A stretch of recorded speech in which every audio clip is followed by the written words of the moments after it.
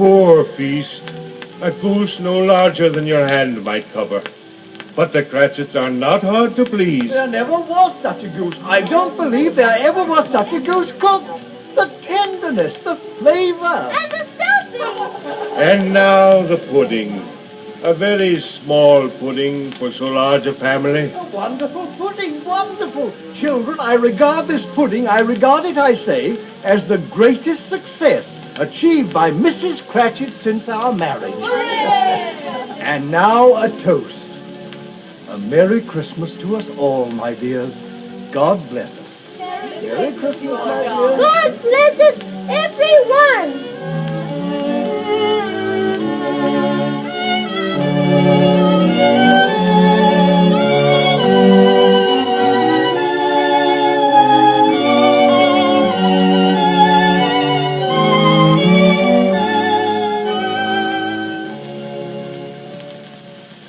The feast is over. The Cratchits all gather round the fire now, and Tiny Tim will sing to them. Just one short tune before he's off to bed. Tiny Tim. He's so pale, so thin. Tell me, will he live? Spirit, will Tiny Tim live? I see a vacant seat in the poor chimney corner, and a crutch without an owner. If these shadows remain unaltered, the child will die. No, say he will be spared. Tell me he will be spared. Do you worry? Why, if he be like to die, why then he had better do it, and decrease the surplus population. Spirit, stop, don't go. There must be others in the world, poor and in want. Are there no prisons? Hear me, they can be helped. Are there no prisons? Are Spirit. there no workhouses? Spirit, stay, come back. Come back.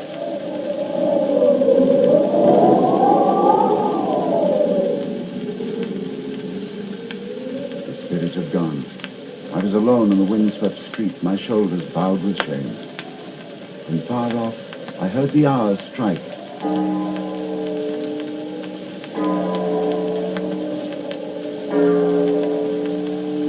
And looking up, I beheld the third of the spirit. It was a phantom, shrouded in a long black robe. A hood concealed its face, but from the folds of the robe a thin white hand was outstretched toward me, beckoning. I am the ghost of Christmas yet to come. I will show you the shadows of things that have not happened, but will happen in the time before us. Ghost of the future, I fear you more than any specter I have seen. Come.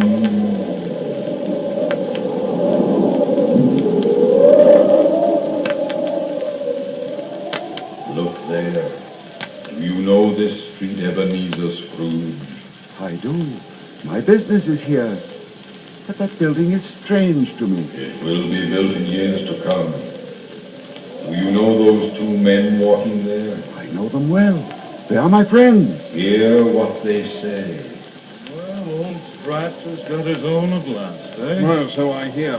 When did he die? Last night, I believe. What was the matter with him? I thought he'd never die. What's he done with his money? Oh, I don't know.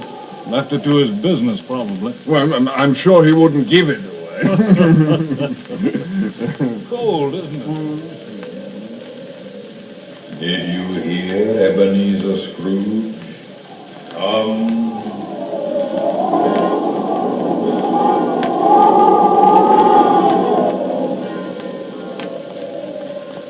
Where do you take me now? Why, it's Bob Cratchit kneeling there. But why? Why? Death has passed his humble house and laid a wreath upon his step. But the grave. It's such a small grave. Is it? Did Tiny Tim die? Hear the father mourning for the son. I wish that you could see this place, Tiny Tim. There's grass here such as you've never seen before. And flowers, too, and birds. You'll like it here, Tiny Tim. There'll be no pain, and you can throw your crutch away at last. And you won't be alone either, for I'll come here every Sunday as I promised. And as I walk home, I'll feel your tiny weight upon my shoulder the way we used to walk, eh, Tim? And I'll hear your laugh, and I'll see your smile, and I'll think to myself, why, he's here just as he always was.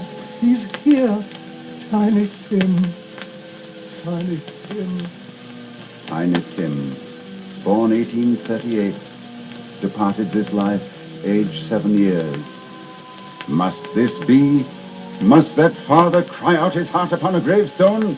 Tell me this must not be. There was a man named Ebenezer Scrooge. He might have saved this child. He will, he will.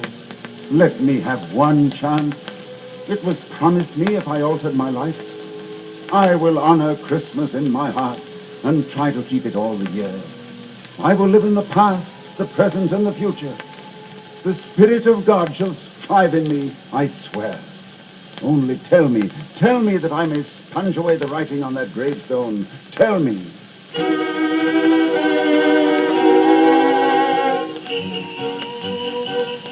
Suddenly I was back in my room, and the sun was streaming through the window. I had a sudden fear that Christmas Day had passed. With a cry, I sprang from my bed and threw open the window.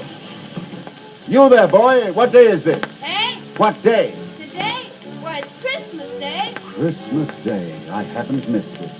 Hello there, my fine fellow. Hello. You know the poulterers at the corner? I should hope I did. Oh, an intelligent boy.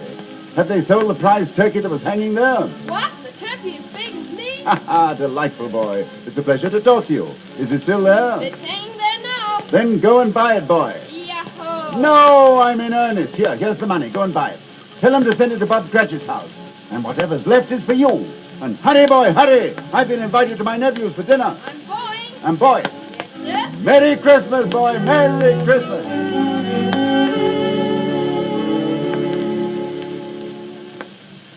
And a Merry Christmas it was. I had the pleasure that day of dining with my nephew and his family. A rare treat, I discovered. And I was fortunate enough to meet the gentleman who had asked me for a contribution. Oh, he was surprised when old Scrooge pressed the money on him. And Cratchit, I had the double pleasure of raising his salary to such a figure that his eyes bulged almost from their sockets. A rare day, a rare treat all around.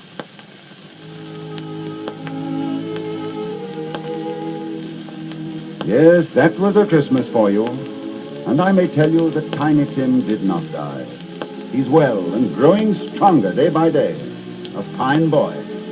I'll see him tonight at dinner, for this is Christmas once again.